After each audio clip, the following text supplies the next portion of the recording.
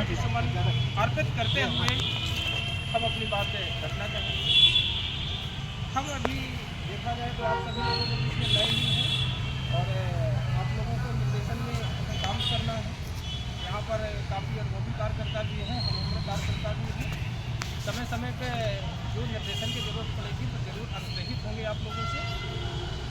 आज वह दिन है जिस दिन हमारे बहुजन समाज में SC ST OBC की बात नहीं मैं कर रहा हूँ।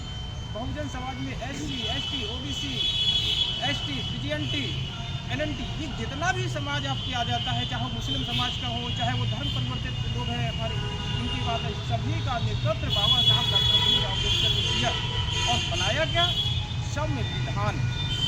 सभी ने अपने अपने विधान बनाए। देश को किस तरीके से चलाना है, चलाने के रूप जो तैयार किया गया वो बाबा साहब ने कैसा बनाया, समान रूप से सब पर लागू हो, अर्थात उसका नाम दिया संविधान।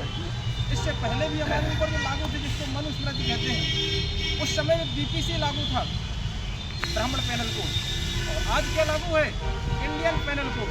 अब आप बदल के भविष्य में कुछ भी कर दे लेकिन उसके प्रारूप के, उसके नियम के संशोधन नहीं कर पाएंगे, क्योंकि देश को जीने का जो तरीका है वो भारतीय संविधान से मिला है। देश में समानता जो मिली है वो भारतीय संविधान से मिली है।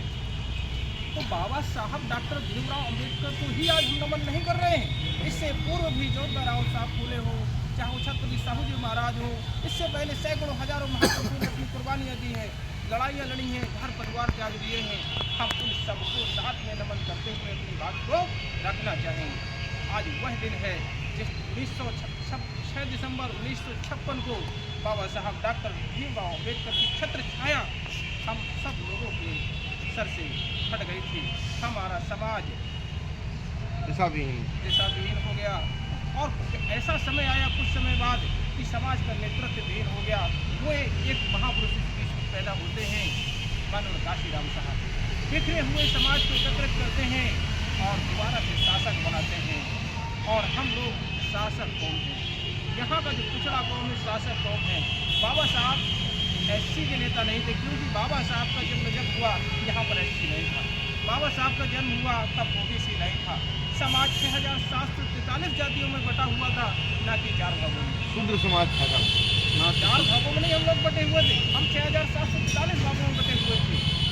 और 6743 भागों में बटे हुए समाज को बाबा साहब ने एकत्रित किया और संविधान में 4 भागों में डिवाइड कर दिया, करने का प्रयास किया। और आज हम क्या कर रहे हैं, यादव महासभा बना लेंगे, चमार महासभा बना लेंगे, पासवान महासभा बना लेंगे, निषाद महासभा बना लेंगे, कुर्मी महासभा बना लेंगे, कोली महासभा बना लेंगे।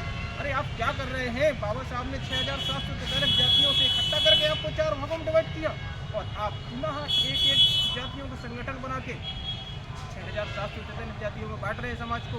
याद रखिए, जातियों के रूप में आप अपनी आवाज़ तो उठा सकते हैं लेकिन शासक नहीं बनेंगे। शासक बनना है